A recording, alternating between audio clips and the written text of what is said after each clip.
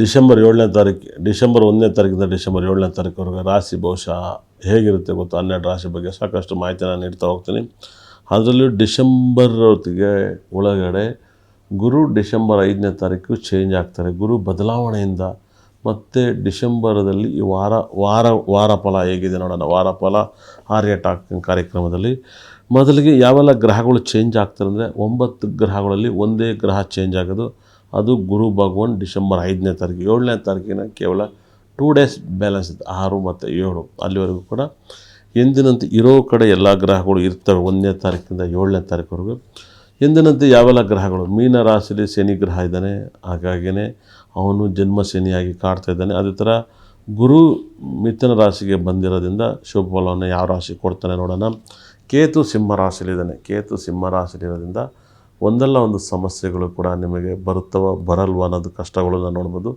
ಸೂರ್ಯ ಮತ್ತು ಬುಧ, ಶುಕ್ರ, ಕುಜ ಗ್ರಹ ಇಬ್ಬರು 4 ಗ್ರಹನೂ ಕೂಡ ವೃಶ್ಚಿಕ ರಾಶಿಯಲ್ಲಿದ್ದಾರೆ. ವೃಶ್ಚಿಕ ರಾಶಿ ಸಖತ್ ಪವರ್ಫುಲ್ ಅನ್ನೋ ರಾಶಿ. ವೃಶ್ಚಿಕ ರಾಶಿಯಲ್ಲಿರೋದ್ರಿಂದ ಯಾವ ರಾಶಿಗೆ ಫಲವನ್ನು ಕೊಡ್ತಾನೆ. ಮತ್ತು ರಾಹು ಗ್ರಹ ಬಂದು ಕುಂಭದಲ್ಲಿ ಬಹಳ ವಿಶೇಷವಾಗಿದ್ದಾನೆ. ರಾಹು ಗ್ರಹನೂ ಕೂಡ ಕುಂಭ ರಾಶಿಯಲ್ಲಿರೋದ್ರಿಂದ ಇಲ್ಲಿ ಜನ್ಮ ಗುರು, ಜನ್ಮ ಶನಿ, ಗುರು ದೃಷ್ಟಿ ಶನಿ ದೃಷ್ಟಿ ಏನು ಮಾಡುತ್ತೆ, ಮತ್ತು ಕುಜನ ಜೊತೆಗೆ ಸೂರ್ಯ ಗ್ರಹ, ಶುಕ್ರ ಗ್ರಹ ಇದ್ದರೆ ಏನಾಗುತ್ತೆ, ಇದೆಲ್ಲ ಪಾಯಿಂಟ್ಸನ್ನು ನೀವು ಒಂದೊಂದು ನೋಟ್ ಮಾಡ್ತಾ ಹೋಗಿ. ಯಾಕಂದರೆ ಇದಕ್ಕೆ ಪರಿಹಾರಗಳು 12 ರಾಶಿಗೆ ಏನೆಲ್ಲ ಕೊಡ್ಬೋದು, ಏನೆಲ್ಲ ಕಷ್ಟದಿಂದ ನೀವು ಪಾರು ಮಾಡ್ಬೋದಲ್ಲದೆ ಇಂಪಾರ್ಟೆಂಟ್ ಆಗುತ್ತೆ. ಯಾಕಂದರೆ 12 ರಾಶಿಗೂ ಕೂಡ ಫಲವನ್ನು ಕೊಡೋಂಥ ಗ್ರಹಗಳನ್ನು ನೀವು ಹೇಳುವಂಥ ಟೆಂಪಲ್ ಪರಿಹಾರಗಳನ್ನ ನಾವು ತಿಳಿಸ್ಕೊಡಲೇಬೇಕಂತೆ. ಒಬ್ಬರಿಗೆ ಬುಧ ಕೆಟ್ಟಿದ್ದಾನ, ಗುರು ಕೆಟ್ಟಿದ್ದಾನ, ಶನಿ ಕೆಟ್ಟಿದ್ದಾನ ನೋಡ್ಕೊಳ್ಳಿ ನಿಮ್ಮ ಜಾತಕದಲ್ಲಿ. ಅದೇ ಥರ ನಿಮ್ಮ ಜಾತಕದ ಫಲವನ್ನು ನೀವು ಅಬ್ಸರ್ವ್ ಮಾಡಿದಷ್ಟು ಸಕಲ ಸಂಪತ್ತು ಐಶ್ವರ್ಯನ ಕೊಡ್ತೇವೆ. ಗ್ರಹಗಳು ಯಾರನ್ನು ಬಿಡಲ್ಲ. ತುಂಬ ಚೆನ್ನಾಗಿ ನೀವು ಗ್ರಹಗಳನ್ನ ಆರಾಧಿಸಿ ನಿಮ್ಮ ಪ್ರಾಬ್ಲಮಿಂದ ನೀವು ಆಚೆ ಬರ್ರಿ. ತುಂಬ ಒಳ್ಳೆಯ ಶುಭ ಫಲವನ್ನು ಕೊಡ್ತಾನೆ. 12 ರಾಶಿ ಬಗ್ಗೆ ತಿಳಿಸ್ಕೊಳ್ಳೋಣ. ನಮಸ್ಕಾರ ಎಲ್ಲರಿಗೂ ಕೂಡ.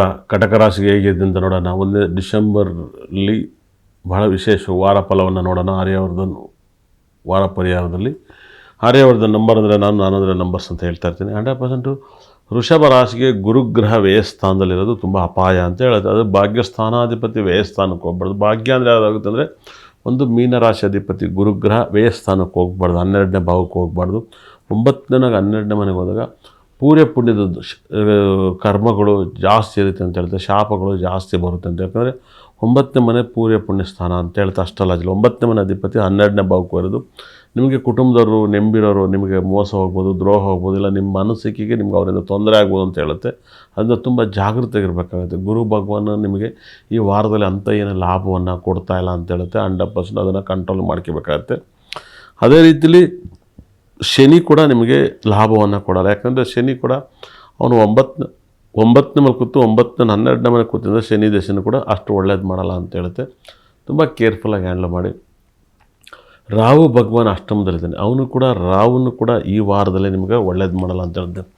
ಯಾರೆಲ್ಲ ಪುಷ್ಯ ಅನ್ನೋದು ಉತ್ತರ ಭದ್ರ ನಕ್ಷತ್ರದಲ್ಲಿ ಹುಟ್ಟಿದ್ರು ಅವರಿಂದ ನಿಮಗೆ ಈ ವಾರದಲ್ಲಿ ತೊಂದರೆ ಆಗುತ್ತೆ. ಅದೇ ನೀವು ಯಾರೆಲ್ಲ ಪುನರ್ವಸು ವಿಶಾಖ ಪೂರ್ವಭದ್ರ ನಕ್ಷತ್ರದಲ್ಲಿ ಹುಟ್ಟಿದ್ರು ಅವರಿಂದ ನಿಮಗೆ ಸ್ವಲ್ಪ ತೊಂದರೆ ಆಗುತ್ತೆ. ಯಾರೆಲ್ಲ ನಿಮಗೆ ಆರಿದ್ರ ಸ್ವಾತಿ ಶತಭಿಷ ನಕ್ಷತ್ರದಲ್ಲಿ ಜನನವಾಗಿದ್ದರು ಅವರಿಂದ ಸ್ವಲ್ಪ ತೊಂದರೆ ಆಗುತ್ತೆ. ನಿಮಗೆ ಅಶ್ವಿನಿ ಮಖ ಮೂಲ ನಕ್ಷತ್ರದಲ್ಲಿ ಯಾರು ಹುಟ್ಟಿದ್ದಾರೋ ಈ ವಾರದಲ್ಲಿ ಅವರಿಂದ ನಿಮಗೆ ಲಾಭವನ್ನು ಕಾಣ್ತೀರ. ಮತ್ತು ಯಾರೆಲ್ಲ ನಿಮಗೆ ಮೃಗಶಿರ ಚಿತ್ತ ಧನಿಷ್ಠ ನಕ್ಷತ್ರದಲ್ಲಿ ಹುಟ್ಟಿದ್ದಾರೋ ಅವರಿಂದ ಲಾಭವನ್ನು ಕಾಣ್ತೀರ. ಯಾರೆಲ್ಲ ನಿಮಗೆ ಈ ವಾರದಲ್ಲಿ ಕೃತಿಕ ಉತ್ತರಾಷಾಢ ನಕ್ಷತ್ರದಿಂದ ಹುಟ್ಟಿದವರು ಲಾಭವನ್ನು ನೋಡ್ತೀರಾ. ಅದೇ ಥರ ಆಶ್ಲೇಷ ಜ್ಯೇಷ್ಠ ರೇವತಿ ನಕ್ಷತ್ರದಿಂದ ನಿಮಗೆ ತುಂಬ ಲಾಭವನ್ನು ನೋಡ್ತೀರಾ. ಅದೇ ರೀತಿಯಲ್ಲಿ ನಿಮಗೆ ಬಹಳ ವಿಶೇಷವಾಗಿ ಭರಣಿ ಪುಬ್ಬ ಪೂರ್ವಾಷಾಢ ನಕ್ಷತ್ರದಿಂದ ತುಂಬ ಲಾಭವನ್ನು ಕೊಡ್ತೀರಾ. ಗುರು ಶುಕ್ರ ಸೂರ್ಯ ಕುಜ ಗ್ರಹ ನಿಮಗೆ ಎರಡೂ ಕೂಡ ನಿಮ್ಮ ರಾಶಿಗೆ ಪಂಚಮ ಭಾವದಲ್ಲಿಂದ ನಿಮಗೆ ಅವರಿಂದ ಲಾಭವನ್ನು ಎದುರು ನೋಡ್ತೀರಾ.